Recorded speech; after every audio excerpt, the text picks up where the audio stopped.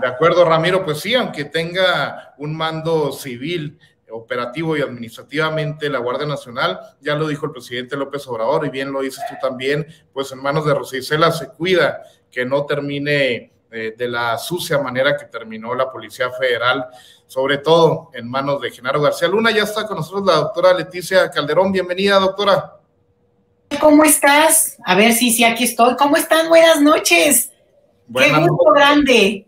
Buenas noches y bienvenida, doctora. Pues mire, estábamos hablando en primera instancia de esta resolución del Tribunal Electoral del Poder Judicial de la Federación, en donde pues amagaban con acabar con esta extensión del periodo de Mario Delgado como presidente de Morena, de Citlali Hernández como secretaria general, y también pues ya entrándole al tema de esta batalla que tiene el presidente Andrés Manuel López Obrador con la Suprema Corte de Justicia de la Nación, que no quieren que se lleve a cabo la actual estrategia de seguridad planteada por la Cuarta Transformación, quieren regresar al modelo de Genaro García Luna, así lo explicó el presidente López Obrador, doctora.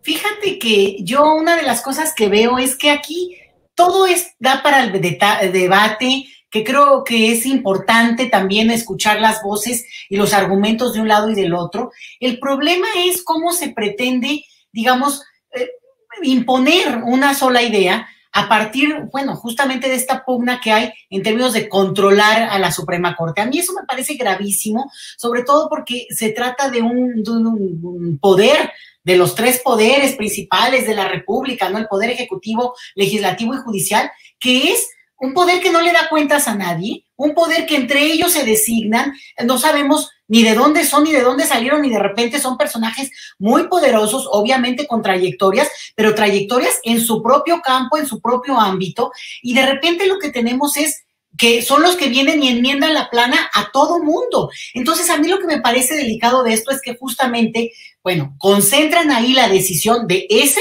y muchísimos temas. Yo ya veo una situación en la cual, bueno, ya se ha hablado mucho y discutido de esta imposición a partir de lo legal, de ¿no? Ahora que escuchaba a Ramiro, pues con este argumento, pues al final de cuentas es como que si la ley fuera una cuestión puesta en letras de piedra, ¿no? Y no fuera también una cuestión que tendría que irse adaptando a los tiempos. Y justamente aquí es donde me preocupa eso, pero también me preocupa, y es el otro lado de esta moneda, más allá del tema en sí mismo, pues no solo que no son personajes que tan humanos como cualquiera y por tanto no tienen por qué estar por encima de los otros, pero además no representan a nadie más que a ellos, y esa es una diferencia no solo con el Ejecutivo, sino con el Legislativo también, salvo los pluris. Pero dicho esto, pues obviamente me preocupa que esto deja un nivel de debate que va a dar para mucho tiempo, porque al final de cuentas estamos hablando del tema de la seguridad, que es el tema, uno de los temas que es muy sensible en ciertas zonas, sobre todo en algunas regiones donde han pasado una situación muy, muy dura, porque también tenemos estos otros indicadores de cómo ha cambiado la expectativa respecto a lo que puede moverse en seguridad, pero no en todas partes. Entonces, este tema también tendría que bajarse a lo local para poder ver cómo las personas reaccionan, qué opinan respecto a su propia experiencia. Y claro, hay casos tremendos, aislados, pero que son contundentes sobre malas conductas que la propia Guardia Nacional ha tenido, y que eso no se nos puede olvidar, porque también en esta situación en la que se enfrentan narrativas, pues es obvio que esos ejemplos, pues al final constituyen también parte de las percepciones que se van dando. Entonces, por ahí sería el primer saque, querido Marcelino, y a ver cómo van ustedes. De acuerdo, doctora. Y Jorge Luis, pues el presidente López Obrador anunció que el 1 de septiembre de 2024, día en que rinda su último informe de gobierno, presentará de nueva cuenta una iniciativa de reforma para insistir en el traspaso de la Guardia Nacional a la Secretaría de la Defensa Nacional. Jorge Luis, esto pues esperando a una nueva reconfiguración en el Poder Legislativo, a contar con esa tan anhelada mayoría calificada en el Poder Legislativo por parte del movimiento, Jorge Luis. Mira, de verdad yo estoy muy molesto con esta decisión de la Suprema Corte de Injusticia de la Nación, porque yo no lo llamo de justicia. No es lo mismo legal que justo, siempre lo ha dicho Andrés Manuel. que algo sea legal no quiere decir que sea justo, pero de todas maneras no acaban de entender estos derechangos que Andrés Manuel siempre tiene un as y una jugada escondida, y se la hizo. ¿Quién va a ser la que va a dirigir? Pues Rosy Cela. ¿Y qué mandos va a poner? Mandos militares retirados que van a mantener la misma disciplina, la misma espíritu de cuerpo, y eso lo va a hacer sin ningún problema. No le preocupa tanto a Andrés Manuel lo que pase ahora. Sí, con todas estas cosas que está haciendo la derecha, con todas estas estupideces que lo que hacen es nada más entorpecer la seguridad, porque esto que hace la Suprema Corte de Justicia es para hacer que no se mejore la seguridad del país. Va en contra de la seguridad de los mexicanos, va en contra de la seguridad del pueblo. ¿Por qué? Es estar frenando, poniendo trabas y trabas y trabas para que las cosas no se den, porque ellos se dicen no hasta en el espejo, se ven y dicen no, ellos se niegan hasta ellos mismos.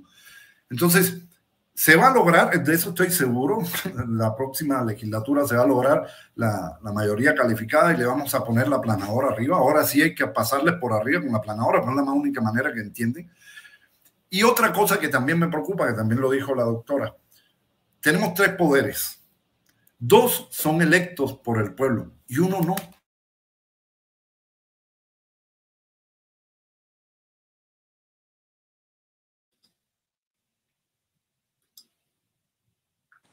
¿Se fue el sonido o qué?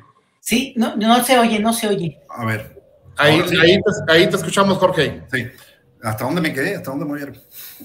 Hace 15 segunditos. Que me dabas la razón, que me dabas la razón. La razón a la doctora. Hay 3 poderes y 2 son elegidos por el pueblo.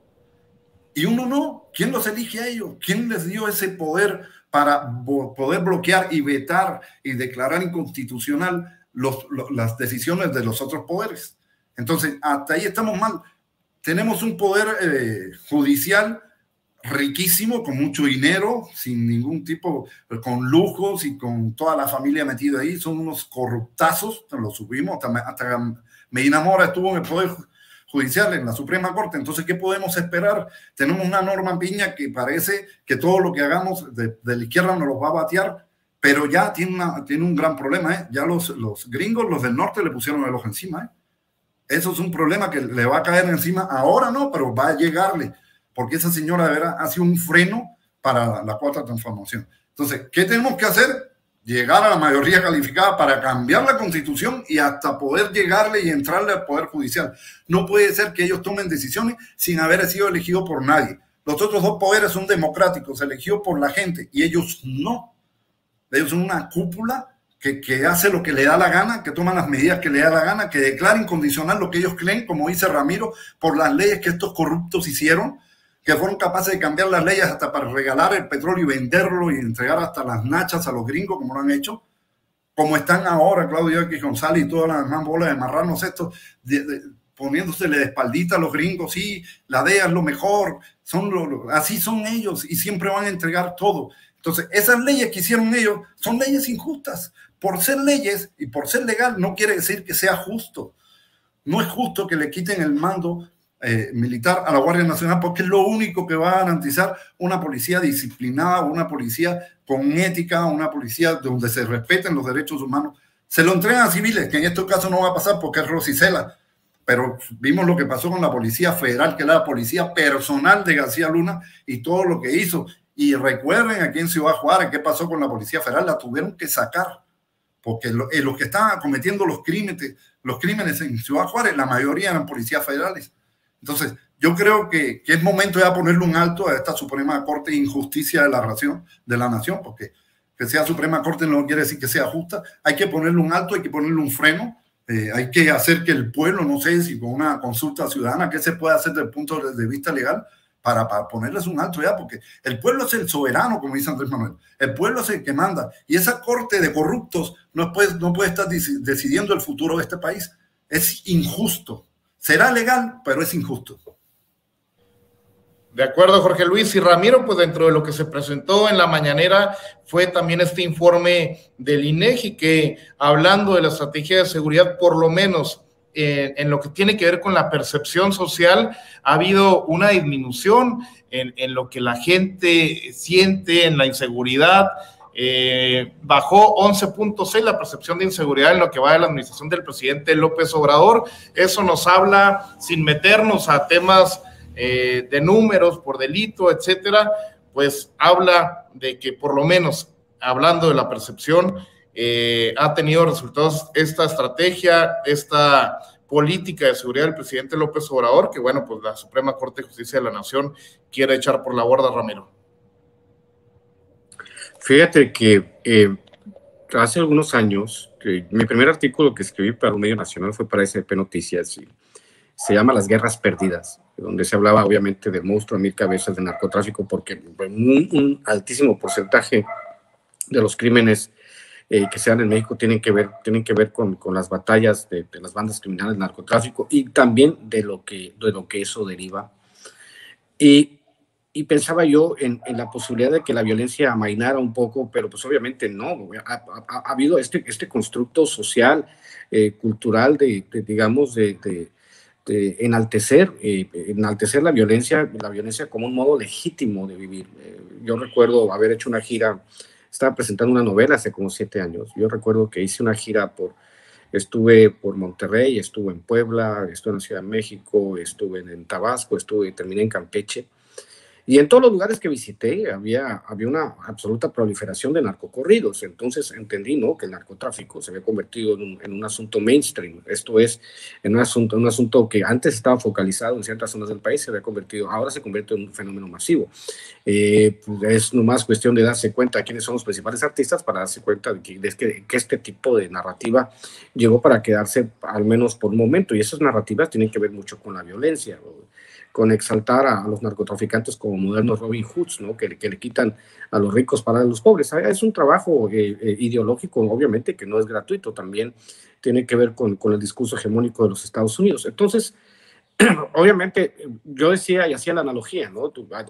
Tienes un tren que va a 200 kilómetros por hora en una pendiente y de repente dices, pues le exigen a López Obrador que detenga ese tren que va en bajada a 200 kilómetros en 50 metros, ¿no?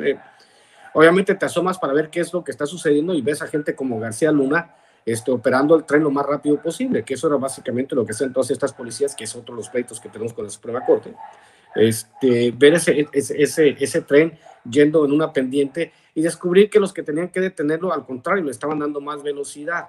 Este tipo de dinámicas sociales, obviamente, tiene que irse construyendo pues de acuerdo a una temporalidad. Yo siempre he dicho que esta violencia nos va a... Lo que hizo el muy estúpido de Calderón nos va a costar una generación regresar a los números que eran los más bajos en la historia cuando se fue el idiota de Fox, ¿no?, que eran 8 crímenes violentos por cada 100,000 habitantes. Creo que Calderón dejó en 30, 40, y en Ciudad Juárez eran más de 50 crímenes por habitante, ¿no?, por cada 100,000 habitantes. Entonces, obviamente, ver estos números pues da gusto, pero pues obviamente pues, estamos hablando de que ya solo de estabilizar la tendencia y empezar a bajarla es un logro grandísimo, porque hay que decirle a la gente para que entiendan, Calderón llegó con 6 carteles, se fue con más de 40.